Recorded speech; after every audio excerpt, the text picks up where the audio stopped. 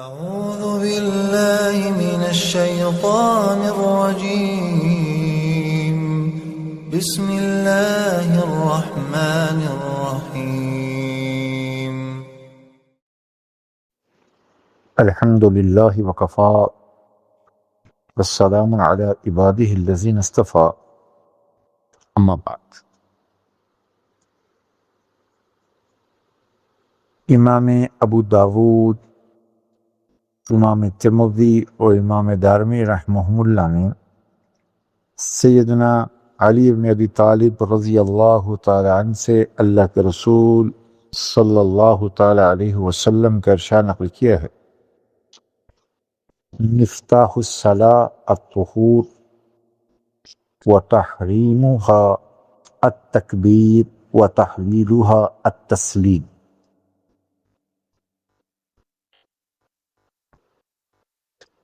آپ نے ارشاد فرمایا کہ نماز کی کنجی طہور ہے، یعنی وضو ہے، اور اس کی تحریم تکبیر ہے۔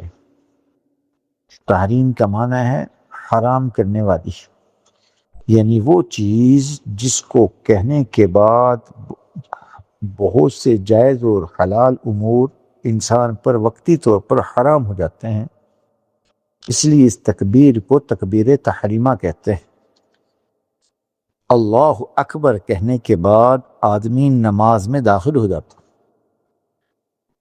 جس کے بعد اس شخص کا بات چیت کرنا، کھانا پینا، ادھر ادھر دیکھنا، یہ جائز کام ہیں، یہ نماز کے ختم ہونے تک کے لیے حرام ہو جاتے ہیں، ناجائز ہو جاتا ہے۔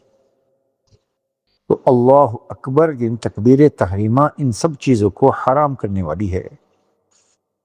وہ تحلیلها التسلیم، اور نماز کو مکمل کرنے والی اور حلال کرنے والی چیز، اس کی تحلیل السلام علیکم کہنا ہے۔ یعنی جب نماز ختم ہو جائے اور اس پر نمازی السلام علیکم ورحمۃ اللہ علیہ کہے تو حضور ارشاد فرما رہے ہیں کہ یہ السلام علیکم کہنا نماز کو ختم کرتا ہے، اور وہ چیزیں جو حرام تھی ان کو حلال کر دیتا ہے۔ جو چیزیں تکبیر تحریمہ کے بعد حرام ہو گئی تھی، تو وہ چیزیں السلام علیکم کہنے کے بعد، سلام کا میم ادا کرنے کے بعد وہ چیزیں حلال ہو گئی۔ اور دوسری حدیث میں جس کو امام احمد بن حنبل نے سیدنا جابر بن عبداللہ رضی اللہ تعالیٰ عنہ سے نقل کیا ہے کہ حضور علیہ السلام نے جنت کی کنجی مفتاح الجنت الصلاۃ و مفتاح الصلاۃ الطہور، کہ جنت کی کنجی تو نماز ہے، اور نماز کی کنجی، نماز شروع کرنے کے لیے وضو ضروری ہے۔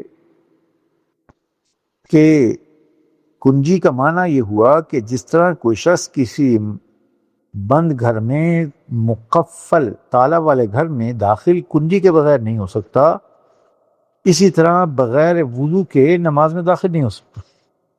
تو نماز کے لیے وضو شرط ہے۔ تو لہٰذا نماز چونکہ اللہ کی جناب میں حاضر ہونے کا ایک اہم فریضہ ہے، نماز فرض ہے، تو جس کا تقاضا تو یہ ہے عقلاً بھی کہ اللہ کے سامنے پاک صاف ہو کر، جسم پاک، جگہ پاک، جو ہے کپڑے پاک، یہ سب پاک صاف ہوں۔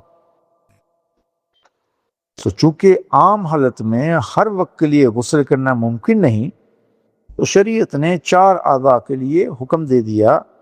یہ 4 اعضاء ہیں: چہرے کا دھونا فرض کر دیا، ہاتھوں کا کوہنیوں سمیت دھونا فرض کر دیا، سر کا مسح فرض کر دیا، اور پاؤں کے دھونے کو فرض کر دیا کہ اگر یہ 4 اعضاء دھو لیے جائیں کم از کم، باقی کلی کرنا، ناک میں پانی ڈالنا، مسواک کرنا، اور 3 دفعہ اعضاء کا دھونا، یہ وضو کو مکمل کرنے والی چیزیں ہیں، اجر و ثواب بڑھانے والی چیزیں ہیں، سنن و مستحبات ہیں، لیکن فرض یہی 4 چیزیں جس کا ہم نے ذکر کیا۔ تو تو عقل کا تقاضا یہی تھا کہ پورا جسم پاک ہو. شریعت نے سہولت کر دی وما جعل علیکم فی الدین من حرج، کہ بار بار اللہ کے سامنے پیش ہونا ہے تو ہر وقت غسل کرنا ممکن نہیں ہوگا. تو لہذا ان 4 اعضاء کو دھو کر یا جو ہے سر کا مسح کر کر، 3 اعضاء کو دھو کر چوک سے سر کا مسح کر کر اللہ کی بارگاہ میں پیش ہو جائے. اور وضو سے جو نورانیت اور اس سے اعضاء وضو کا چمکنا اور جنت تک اس کا پہنچانا، یہ سب ہم بیان کر چکے، احادیث میں مستقل طور پر یہ بیان ہوا. اور وضو جو ہے یہ مسلمان کا ہتھیار بھی ہے.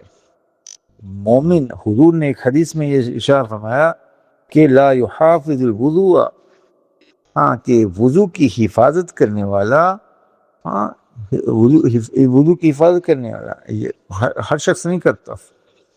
لا یحافظ الوضوء الا مؤمن، کہ مومن ہی وضو کی حفاظت کرتا. مومن پاکیزہ رہتا ہے، پاک صاف رہتا ہے، طہارت میں رہتا ہے. لہذا وضو ہماری دنیا اور آخرت کے مسائل حل کرنے کے لیے، میں پہلے یہی حدیثیں بیان کر چکا ہوں. تو آگے پھر چونکہ نماز اور اس سے متعلق مسائل بیان ہوں گے تو وضو شرط ہے، اس لیے یہ بات ہم نے بیان کر دی. نماز کے لیے شرط ہے. اللہ ہم سب سے راضی ہو، دین سیکھ کر عمل کرنے کی توفیق عنایت فرمائے. آگے وضو کا مصنون طریقہ حدیثوں سے ہم بیان کر اور پھر آگے سارے باقی مسائل، نماز کیسے سنت سے ثابت ہے، یہ سب ہم بیان کریں گے انشاءاللہ.